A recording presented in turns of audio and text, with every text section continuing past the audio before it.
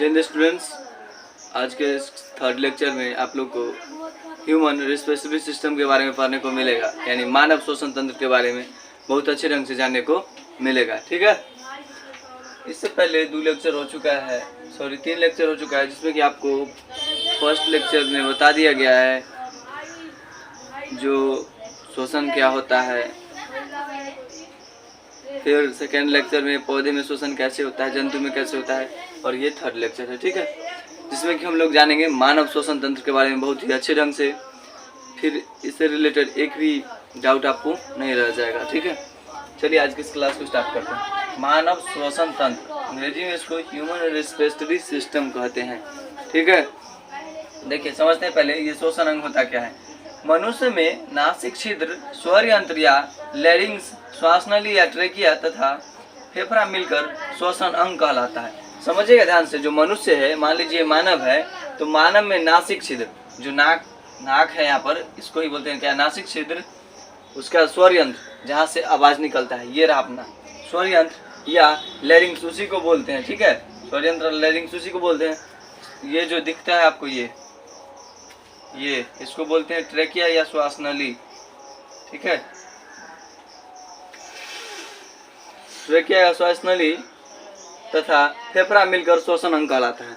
पूछेगा मनुष्य में श्वसन अंग क्या है, तो आप बताइएगा मनुष्य में नासिक छिद्र, स्वर यंत्र या लैरिंग्स, श्वासनली या ट्रेकिया तथा फेफड़ा मिलकर के श्वसन अंग कहलाता है। ठीक है, अब देखिए ध्यान से, ये जो श्वसन अंग होता है इसके बारे में पूरे अच्छे ढंग से समझते हैं। उससे पहले यहाँ पर जो कुछ लिखा गया उसको देख लीजिए।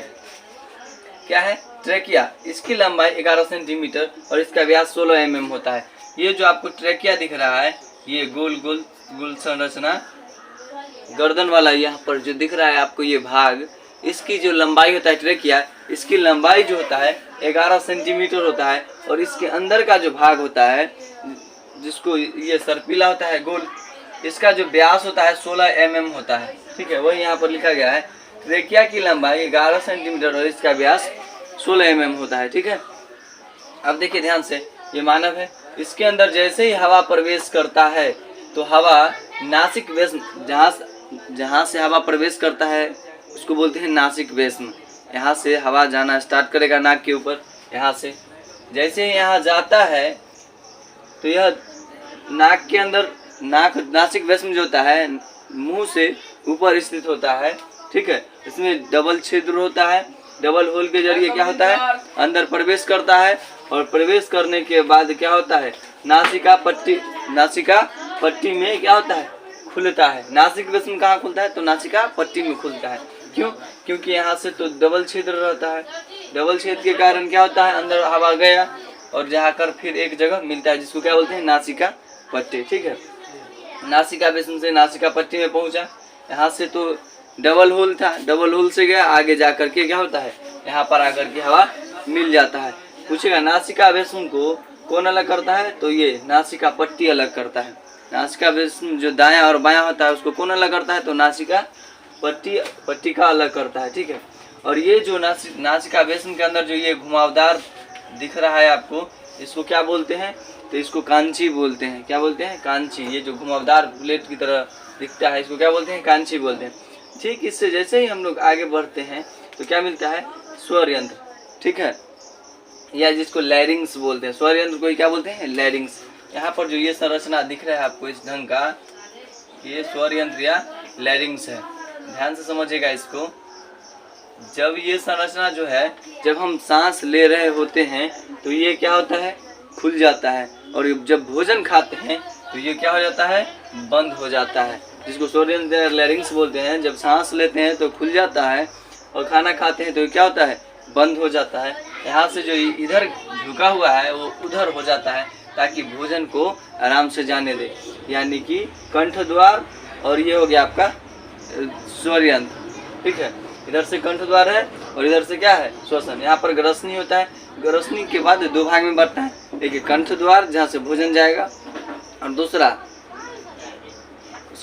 कंठ द्वार और निगल द्वार। कंठ मतलब ये जहाँ से हम लोग सांस लेते हैं, और दूसरा निगल द्वार जिससे कि भोजन अंदर जाएगा। ठीक है, कंठ द्वार को ही क्या बोलते हैं, लैरिंग्स या स्वर यंत्र। ठीक है, अब देखिए जैसे ही इसके अंदर हवा प्रवेश करता है तो कहा जाएगा डायरेक्ट ट्रेकिया से होते हुए आपके ये फेफड़ा में जाता है। ट्रेकिया से होते हुए हवा कहाँ जाएगा, फेफड़ा में जाएगा। ठीक है, तो फेफड़ा जो होता है ये फेफड़ा के किनारे में जो ये जो दिख रहा है इसका एक आवरण, उसको क्या बोलते हैं, पराइट पलूरा, जो कि फेफड़ा के अंदर हो रहे आंतरिक गति को क्या करता है, जो घात होता है उसको क्या करता है, बचाने की कोशिश करता है। फेफड़ा को सेफ्टी देने का काम कौन करता है, पराइट पलूरा। इसमें एक द्रव भरा होता है, उसी द्रव के कारण जब फेफड़ा फूलता है, कम होता है, तो इसके कारण जो घर्षण होता है उसी को बचाता है कौन, पैराइट पलूरा। ठीक है, अंदर में तो हवा गया, नासिका बेसम से नासिका पट्टी, गरसनी, स्वरयंत्र, लैरिंग्स, ट्रैकिया से होते हुए कहाँ पहुँचा, फेफड़ा में पहुँचा हवा। ठीक है, और हवा जैसे ही फेफड़ा में पहुँचता है, पहुँचने के बाद यहाँ पर फेफड़ा के अंदर वायु कोष्ठिका पाया जाता है। ये जो फूल जैसी संरचना दिख रहा है आपको, इसको बोलते हैं वायु कोष्ठिका। क्या बोलते हैं, वायु कोष्ठिका, कोष्ठिका,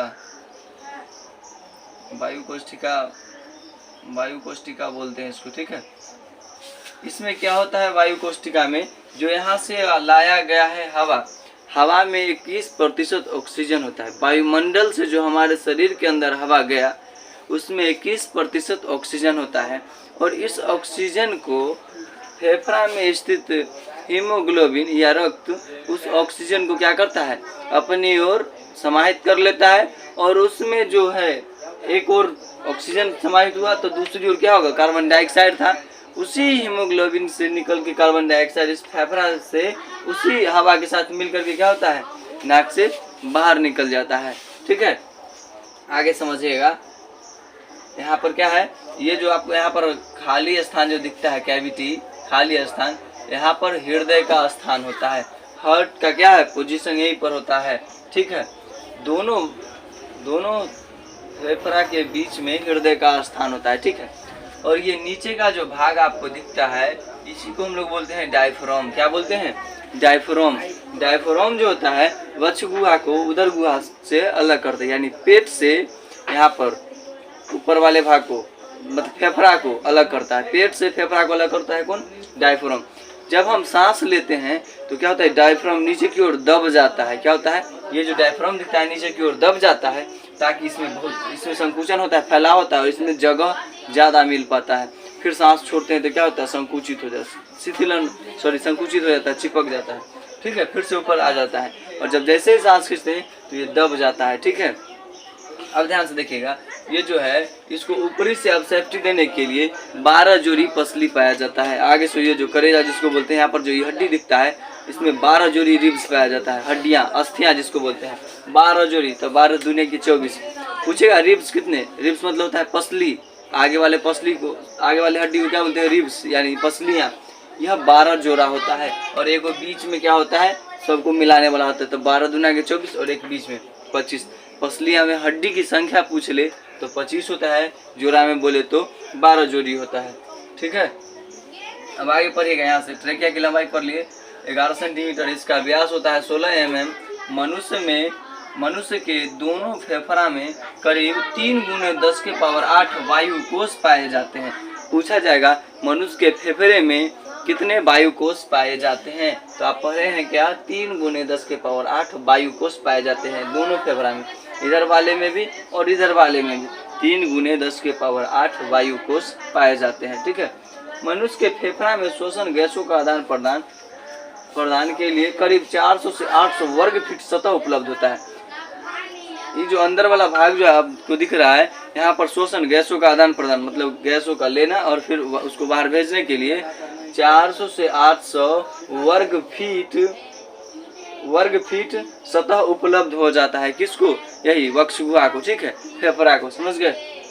अब यहाँ पर देखिए जो पसली होता है, 12 जोड़ी पसलियाँ पाया जाता है, जो कि सांस लेते समय, ये भी क्या होता है, जब सांस लिए ये भी फूल जाता है ताकि अंदर में ज़्यादा जगह मिल सके। आगे है क्या, प्रश्वास है, प्रश्वास। तो सांस जब हम सांस लेते हैं तो क्या होता है, उसको प्रश्वास बोलते हैं। सांस लेने की क्रिया को प्रश्वास बोलते हैं, और उच्छ्वास, सांस छोड़ने की क्रिया को उच्छ्वास। पूछेगा प्रश्वास क्या होता है, तो सांस लेने की प्रक्रिया को क्या बोलते हैं, प्रश्वास बोलते हैं। उच्छ्वास, सांस छोड़ने की प्रक्रिया को उच्छ्वास बोलते हैं।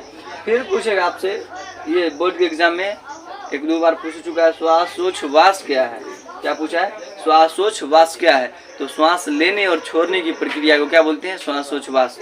प्रवास पहले समझे, प्रश्वास जिसमें कि सांस लेते हैं और उच्छ्वास में क्या करते हैं, सांस छोड़ते हैं। लेकिन पूछेगा तुमको श्वासोच्छ्वास क्या होता है, तो श्वसन की दो अवस्था है, प्रश्वास तथा उच्छ्वास मिलकर श्वासोच्छ्वास कहलाती है। वही बात है, सांस लेना और छोड़ने की प्रक्रिया क्या कहलाता है, श्वासोच्छ्वास कहलाता है। ठीक है, अगला क्वेश्चन, वायुमंडल में, वायुमंडलीय हवा में 21% ऑक्सीजन होता है। वायुमंडलीय हवा में कितना परसेंट ऑक्सीजन होता है, 21% ऑक्सीजन होता है। अगला है ऑक्सी हीमोग्लोबिन क्या है, तो ऑक्सी हीमोग्लोबिन में रुधिर कोशिकाओं में क्या होता है, ऑक्सीजन, रुधिर कोशिकाओं से जो रुधिर होता है, जो फेफड़ा यहाँ पर पहुँचता है वायु कोशिका में, और यहाँ पर क्या करता है, हीमोग्लोबिन के साथ ऑक्सीजन मिल जाता है, तो ऑक्सी हीमोग्लोबिन बनता है। ठीक है, फिर ये आगे जा करके कोशिकाओं से होते हुए कोशिका के पास जाता है और वहाँ पर इसको छोड़ देता है, और ये फिर से क्या होता है, टूट जाता है ऑक्सीजन और हीमोग्लोबिन में, और फिर कोशिका उसका ऑक्सीजन का इस्तेमाल करती है और हीमोग्लोबिन को भेज देती है, और वहाँ से फिर जो कार्बन डाइऑक्साइड बनता है, उस कार्बन डाइऑक्साइड को जैसे ही हम आगे बढ़ेंगे तो कार्बन डाइऑक्साइड फिर से हीमोग्लोबिन से कोशिका से निकलकर रुधिर कोशिका में आता है, और हीमोग्लोबिन से संपर्क होता है कार्बन डाइऑक्साइड, तो और बन जाता है क्या, कार्बोक्सी हीमोग्लोबिन, और फिर बाहर निकल जाता है सांस के जरिए। ठीक है, सॉरी यहाँ पर फेफड़ा में आता है और फेफड़ा से अलग होकर के नासिका के जरिए बाहर निकल जाता है। ध्यान से समझिएगा, पूछा है क्या, ऑक्सी हीमोग्लोबिन क्या है, तो ऑक्सीजन और हीमोग्लोबिन के संयोग को ऑक्सी हीमोग्लोबिन बोलते हैं। ऑक्सी हीमोग्लोबिन क्या है, तो ऑक्सीजन और हीमोग्लोबिन के संयोग, मतलब जो मिला हुआ भाग रहता है उसको क्या बोलते हैं, ऑक्सी हीमोग्लोबिन। ऑक्सी हीमोग्लोबिन क्या है, तो ऑक्सीजन और हीमोग्लोबिन के संयोग को, मतलब मिला हुआ रहता है मिश्रण को क्या बोलते हैं, ऑक्सी हीमोग्लोबिन कहते हैं। फिर अगला है क्या, कार्बो ऑक्सी हीमोग्लोबिन क्या है, तो कार्बन डाइऑक्साइड प्लस हीमोग्लोबिन के मिश्रण को क्या बोलते हैं, कार्बो ऑक्सी हीमोग्लोबिन कहते हैं। आई होप आप लोग इसको समझे होंगे। ह्यूमन रेस्पिरेटरी सिस्टम यही था, बस इससे बाहर आपके बोर्ड के एग्जाम में नहीं क्वेश्चन पूछा जाता है। बस आपको इतना जो पॉइंट लिखा गया इसको कर लेना है, इस फिगर को बनाना है। 5 मार्क्स में वहाँ पर फिगर भी पूछा जाता है, इसलिए फिगर को नोट जरूर कीजिएगा। ठीक है, आगे इस सिस्टम को समझिएगा ध्यान से थोड़ा। ठीक है, देखिए यहाँ पर पहले उत्तक या कोशिका तक क्या जाता है, रुधिर कोशिका जाता था। ठीक है, पहले तो ग्लूकोज का ऑक्सीकरण होता है। ऑक्सीकरण के लिए क्या चाहिए होता है, ऑक्सीकरण का मतलब होता है विखंडन। जो खाना खाए उससे क्या बना, ग्लूकोज।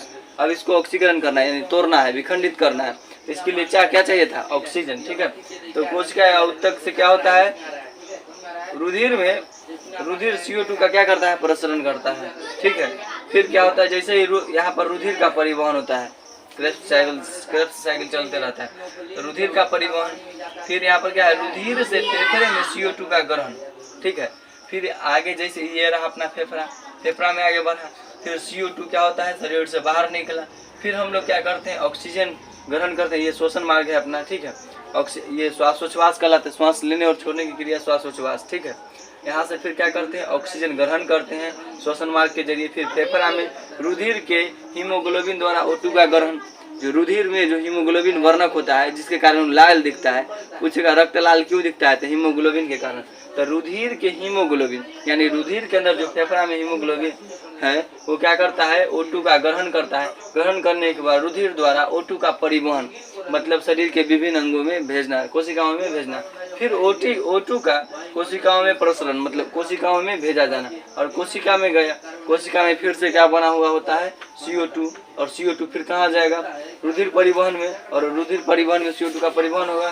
फिर परिवहन के जरिए कहाँ पहुँच जाता है, फेफड़ा में पहुँच जाता है। CO2 फेफड़ा ग्रहण करता है, फिर ग्रहण के बाद नासिका के जरिए बाहर निकाल देता है। आई होप इस स्ट्रक्चर को भी आप लोग समझे होंगे। अब यह लेक्चर समाप्त हो चुका है। इसका जो ऑब्जेक्टिव सेशन है उसको भी अपलोड कर दिया गया है पहले ही, आप लोग अच्छे ढंग से उसको भी कवर कर लीजिएगा। और इसके PDF के लिए टेलीग्राम पर ज्वाइन कर लीजिएगा, BCA स्टडी मोनू सर। वहाँ पर आपको इसका PDF मिल जाएगा पूरा सही ढंग से। मिलते हैं नेक्स्ट क्लास में। फर्स्ट बार आए हैं तो ज़रूर चैनल को सब्सक्राइब कीजिएगा और वीडियो अच्छा लगा हो तो ज़रूर लाइक करके जाइएगा। मिलते हैं नेक्स्ट क्लास में। जय हिंद।